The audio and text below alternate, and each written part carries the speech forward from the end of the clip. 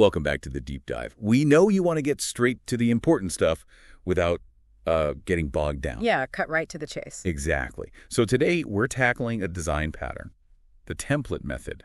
Sounds a bit formal, maybe. It can, but think of it like a recipe, almost. A standard procedure for certain tasks. Okay, a recipe, I like that. It's useful when you have a process, right? Something that follows known steps in a sequence. Precisely. When the overall flow is fixed, but how you do each step might vary. So our mission really is just to get a handle on what this template method thing is, see how it works, and figure out why you'd actually, use it. Sounds good. Let's dive in. Okay, so the core concept, what's the big idea? Well, at its heart, the template method defines the skeleton of an algorithm, like the main steps, A, B, C. But the actual nitty-gritty of doing step A or step B, that's left open. It lets other parts of the system fill in those details. Right. So you have one main method that calls other methods for each step in the sequence. Exactly. That main method is the template. It orchestrates the whole thing. The PDF uses a really helpful example, I thought. Selling a tourist package. Yeah, that's a good one. Because there are standard things you always need to do, aren't there? Right. Like, you got to find accommodation. Find transport. Book the whole package. And then, the selling part, taking the payment. That sequence feels pretty fixed for selling any kind of package, really. Mm-hmm.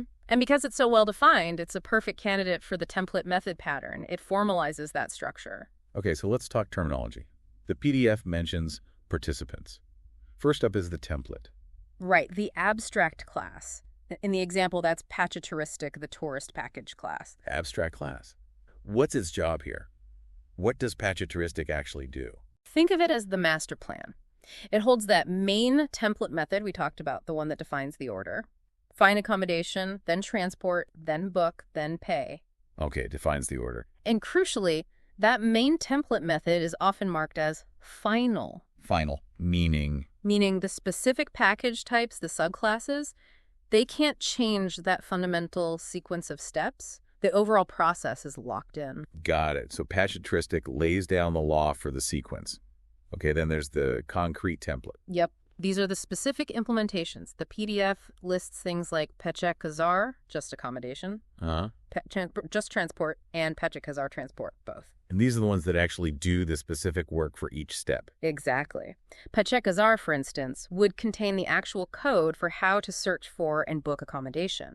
Pechek Transport would have the logic for finding flights or trains. So they provide the how for the steps defined in the what's of the Patchaturistic template. You've got it. They fill in the details for each step in the recipe. So boiling it down, the main reason to use this pattern is when you've got a process, some kind of problem solving, that always involves the same set of steps in the same order. That's the key use case. The overall algorithm structure is fixed and known. But you still need flexibility in how each individual step gets done. Precisely. It separates the invariant parts of the algorithm from the variant parts. The PDF also threw in a quick mention, a correlation, they called it, to the factory pattern. How did that fit in? Yeah. Well, you could imagine using a factory pattern to decide which specific type of package to create. Like, based on user input, the factory might create a Pechek-Kazar object or a Pechek-Kazar transport object. Okay. And then that specific object, that concrete template, would be processed using the steps defined in the main template method. I see. So the factory makes the specific thing, and the template method defines the standard process for handling that thing. Exactly. They can work together quite nicely. It shows how these patterns aren't always used in isolation, All right, they build on each other to create more flexible systems, I guess. Definitely. More organized, easier to maintain usually. Okay, so wrapping up then, the big takeaway here for listeners. I'd say it's that the template method gives you a solid blueprint when you have algorithms with a consistent structure.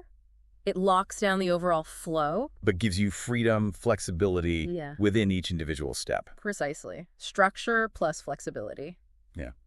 So maybe a final thought to leave people with. Yeah, maybe think about processes in your own work or even just everyday life that follow a really predictable sequence. Step 1, step 2, step 3. Mm-hmm. Could applying this kind of template method logic, defining the fixed steps, but allowing different ways to actually do each step help organize things better? Could it make those processes clearer or more adaptable? Interesting. Sort of applying software design thinking to other areas. Why not? It's a useful mental model for structuring tasks, really. Defining the what, but leaving room for the how.